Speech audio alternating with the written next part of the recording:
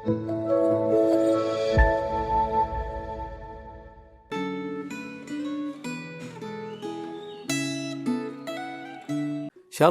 kepada para pendengar dan perenung firman Tuhan di Gema. Pada kesempatan ini kita berjumpa kembali untuk merenungkan firman Tuhan dari Ulangan pasal yang pertama ayat yang ke-19 hingga 46.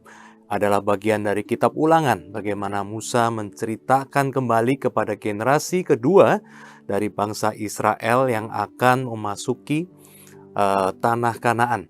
Nah, sebelum kita merenungkan bagian ini, kita bersama-sama nanti boleh membaca terlebih dahulu ayat yang ada di firman Tuhan, dan saya akan mengambil beberapa bagian saja untuk kita bacakan pada kesempatan kali ini. Saya akan membaca dari Ulangan ayat yang ke-20 hingga ke-27.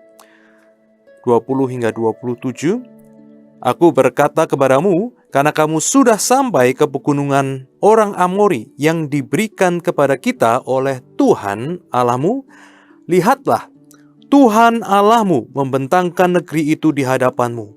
Maju dan dudukilah seperti yang difirmankan kepadamu oleh Tuhan Allah nenek moyangmu. Jangan takut dan jangan kecut hati. Lalu kamu sekalian mendekati aku dan berkata, marilah kita menyuruh beberapa orang mendahului kita untuk menyelidiki negeri itu bagi kita, dan membawa kabar kepada kita tentang jalan yang akan kita lalui dan kota-kota yang akan kita datangi. Hal itu kupandang baik. Jadi aku memilih 12 orang dari antaramu, 1 orang dari setiap suku. Mereka berangkat dan berjalan ke arah pegunungan, lalu sampai ke lembah Eskol dan menyelidiki negeri itu. Mereka mengambil buah-buahan negeri itu dan membawanya kepada kita. Mereka juga membawa kabar kepada kita, sungguh baik negeri yang diberikan Tuhan Allah kita kepada kita. Tetapi kamu tidak mau berjalan ke sana. Kamu menentang titah Tuhan Allahmu.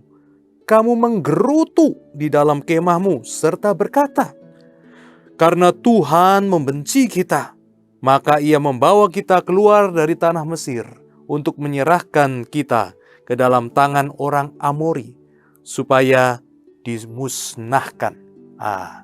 Sebelum kita merenungkan bagian ini, kita akan bersama-sama berdoa. Tuhan, berikan pada kami pengertian hikmat bijaksana pada setiap kami membaca firman Tuhan. Sekali lagi diberikan pengertian oleh Tuhan. Sekali lagi Tuhan berbicara kepada kami. Dan biarlah hidup kami juga pada hari ini dijamah lagi oleh Tuhan. Dibimbing oleh Tuhan, dituntun oleh Tuhan. Karena kami menikmati sekali Tuhan kalau hidup kami itu kami boleh mendengar akan perkataanmu, melakukan apa yang Kau kehendaki, dan melihat hal-hal yang luar biasa yang Kau sediakan bagi kami yang taat dan berjalan di dalam setiap kehendak-Mu. Terima kasih Tuhan, berkati kami pada kesempatan perenungan ini. Dalam nama Tuhan Yesus Kristus Sang Penebus, kami panjatkan doa ini. Amin. Berbicara tentang tantangan iman. Tantangan iman. Jadi iman tidak membuat segala sesuatu itu selalu serta-merta mudah. Iman seringkali disertai dengan sebuah tantangan. Demikian juga waktu Musa menceritakan kembali tantangan yang dihadapi oleh generasi pertama dari orang Israel yang keluar dari Mesir. Mereka menghadapi tantangan iman untuk percaya kepada Tuhan masuk ke tanah perjanjian, tetapi ternyata mereka tidak setia kepada Tuhan, tidak berharap penuh kepada Tuhan, tidak beriman kepada Tuhan. Ada tantangan di situ memang. Ada masalah. Di situ ada satu kengerian yang besar. Orang-orang yang hebat, tentara-tentara yang besar. Tembok-temboknya besar. Masyarakatnya sudah maju. Ya, ini tentu saja kebalikan nih daripada orang Israel yang sebetulnya mereka itu sudah begitu lama menjadi budak-budak gitu ya. Nah, ada 2 tantangan iman saja yang hari ini saya akan renungkan pada kesempatan hari ini. Waktu kita itu menjalani kehidupan ini, kita itu melihat arah yang Tuhan tunjukkan kepada kita. Pertanyaannya adalah, waktu kita itu berjalan di jalan Tuhan, apakah kita itu melihat sebuah kesempatan atau melihat ancaman? Jadi waktu Tuhan pimpin kita dalam kehidupan kita sebagai anak muda, mau berkuliah, mau cari kerja. Kita dalam kehidupan kita berkeluarga, mencari pasangan, memiliki anak, membuka kerjaan. Waktu kita sebagai orang dewasa, menghadapi masalah keuangan, gejolak ekonomi. Kita melihat itu semua sebagai sebuah kesempatan atau kita melihat sebagai sebuah ancaman. Nah, di GKY sebagian kita sekarang sedang dipanggil berdoa untuk proses pemilihan majelis jemaat. Dan juga tidak lama kemudian akan kemudian juga kepengurusan yang baru. Kita melihat ini ancaman. Atau kita melihat ini sebagai sebuah kesempatan. Kita semua punya respon kita masing-masing. Kita tidak bisa bohong. Kita semua unik. Kita semua punya latar belakang keluarga yang berbeda. Sehingga tentu saja kita itu menghadapi realitas itu dengan cara yang berbeda. Nah, orang Israel memiliki kemungkinan besar waktu mereka menghadapi sebuah realitas yang Tuhan hadapkan kepada mereka. Di situ ada janji Tuhan. Di situ ada sebuah hal yang Tuhan mau berikan. Tetapi realitas ini dihadapi oleh orang Israel. Dan nampaknya mereka melihatnya itu sebagai sebuah ancaman. Makanya mereka mengatakan bahwa pertama mereka mau pergi lihat, ya. Kedua, mereka itu bilang Tuhan itu mau membenci kita, mau menghancurkan kita. Ya, ayat yang ke-27. Jadi waktu melihat itu, mereka melihat sebagai sebuah ancaman, bukan sebagai sebuah kesempatan. Nah, tahu dari mana? Bedanya begini. Waktu orang ini pergi mau melihat, mereka akan tanya ke Musa. Nah, jawaban Musa apa? Jawaban Musa sangat simpel sekali. Waktu mereka mau membawa pergi, maka kemudian Musa bilang, iya pergi, lihat aja. Karena aku melihat itu hal yang baik. Kamu pergi, kamu lihat. Itu hal yang baik. Buat Musa itu hal yang baik. Tetapi ternyata buat para pengintai yang lain, pergi melihat itu adalah hal yang buruk. Karena mereka kemudian cerita-cerita tentang berbagai macam hal yang jelek. Ya, bahwa ini negaranya betul, negerinya bagus, tetapi orangnya besar, temboknya besar, kita nggak mungkin menang. Dua orang respon berbeda. Musa melihat kesempatan, melihat apa yang Tuhan mau sediakan yang baik. Mata-mata yang lain melihatnya sebagai ancaman. Aduh, ini gimana? Ini kita dihadapin masalah besar. Wah, kita ini pasti hancur. Ini kita masa depan kita suram. Bapak, Ibu, saudara-saudari sekalian, dimanapun kondisi kita sekarang, mari hari ini kita diingatkan bahwa iman berarti adalah percaya bahwa Tuhan menuntun kita pada yang baik, bukan kepada yang jahat. Itu iman. Percaya bahwa apa yang terjadi ini menuntun kepada hal yang baik, bukan kepada hal yang jahat. Kita melatih iman kita, tidak selalu mudah. Karena sebagian kita mungkin dibesarkan begitu ya. Keluarga yang kalau menghadapkan sesuatu pada akhirnya selalu pahit.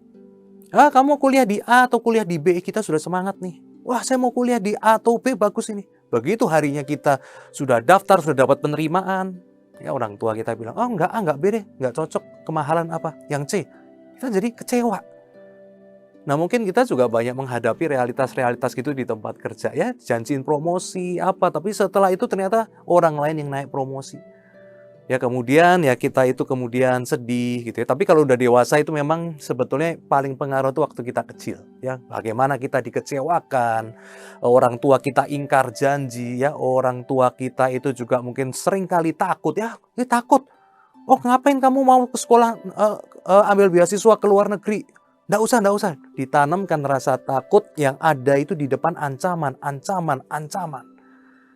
Tapi hari ini saya memberikan sebuah kabar baik bahwa Tuhan ngerti dan Tuhan justru mau membuat kita semua yang menghadapi tantangan iman merasa hal-hal itu sebagai sebuah ancaman. Tuhan hari ini mau berbicara kepada kita dan minta pada hari ini kita belajar percaya bahwa iman itu percaya bahwa Tuhan menuntun pada yang baik, bukan yang jahat. Jadi mari ya kita tetap percaya kepada Tuhan, menghadapi realitas-realitas selama kita tetap dekat sama Tuhan.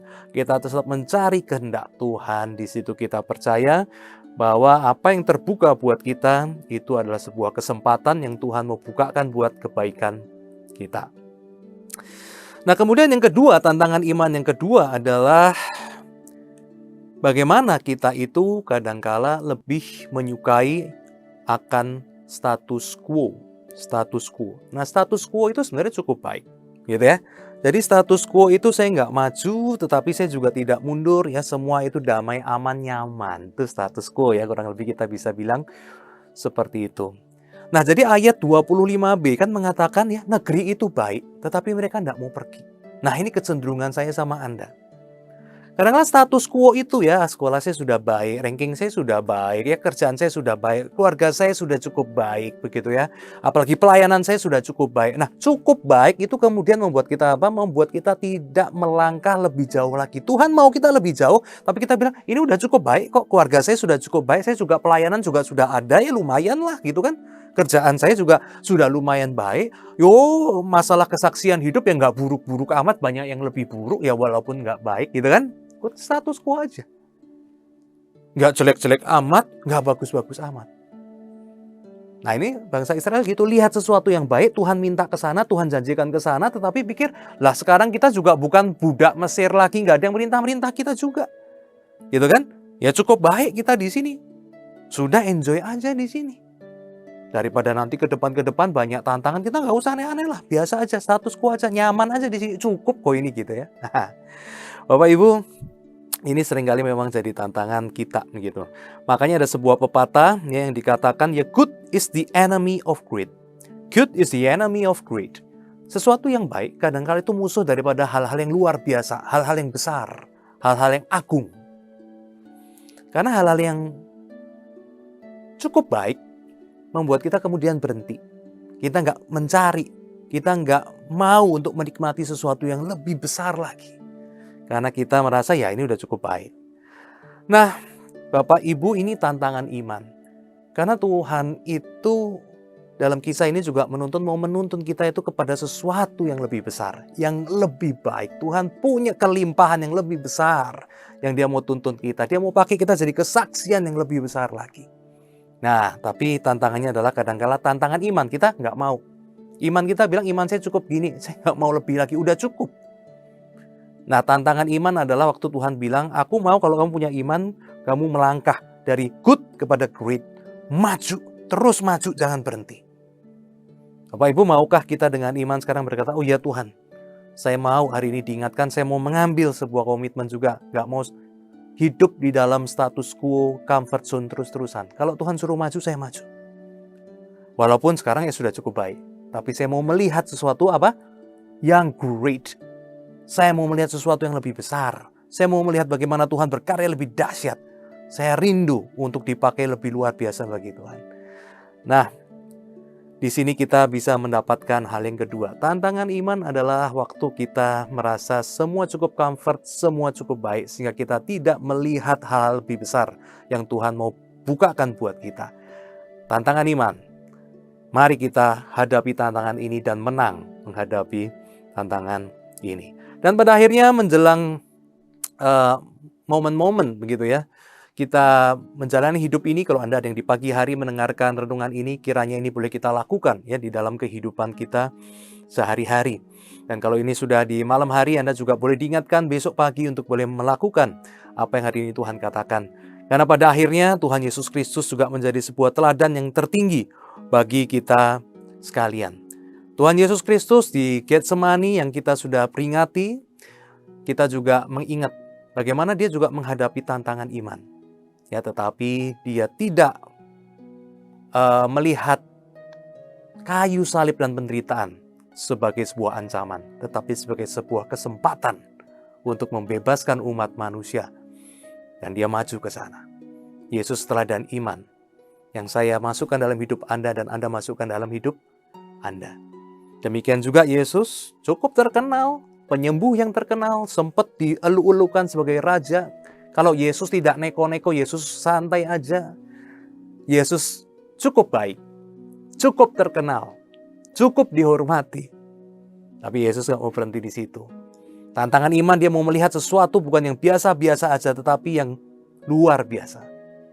Dia mau menjalankan rencana Allah Sang Bapa yang terbesar, keselamatan, penghapusan dosa manusia, dan pendamaian akan umat manusia menjadi keluarga Allah. itu sesuatu yang lebih besar daripada apa yang biasa-biasa, cukup biasa. Rabi biasa, rabi pengadakan mukjizat, rabi yang dihormati, seorang raja yang diangkat daun palem. Itu baik, tapi tidak cukup baik.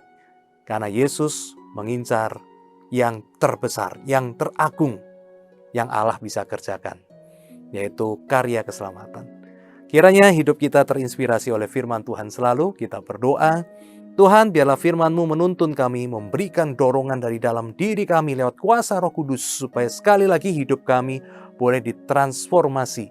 Sehingga waktu hidup kami ditransformasi, kami boleh mentransformasi juga hidup orang-orang di sekitar yang lain. Mengubahkan hidup mereka menjadi lebih baik, menjamah hidup mereka menjadi mengalami akan berkat-berkat Tuhan. Terima kasih Tuhan, jamahlah hidup kami, biarlah firman ini masuk dan menetap dalam diri kami. Dalam nama Tuhan Yesus Kristus kami berdoa dan percaya. Amin. Tuhan berkati kita sekalian, jumpa kembali besok, selalu bertumbuhlah di dalam gerakan membaca Alkitab GKI. Amin.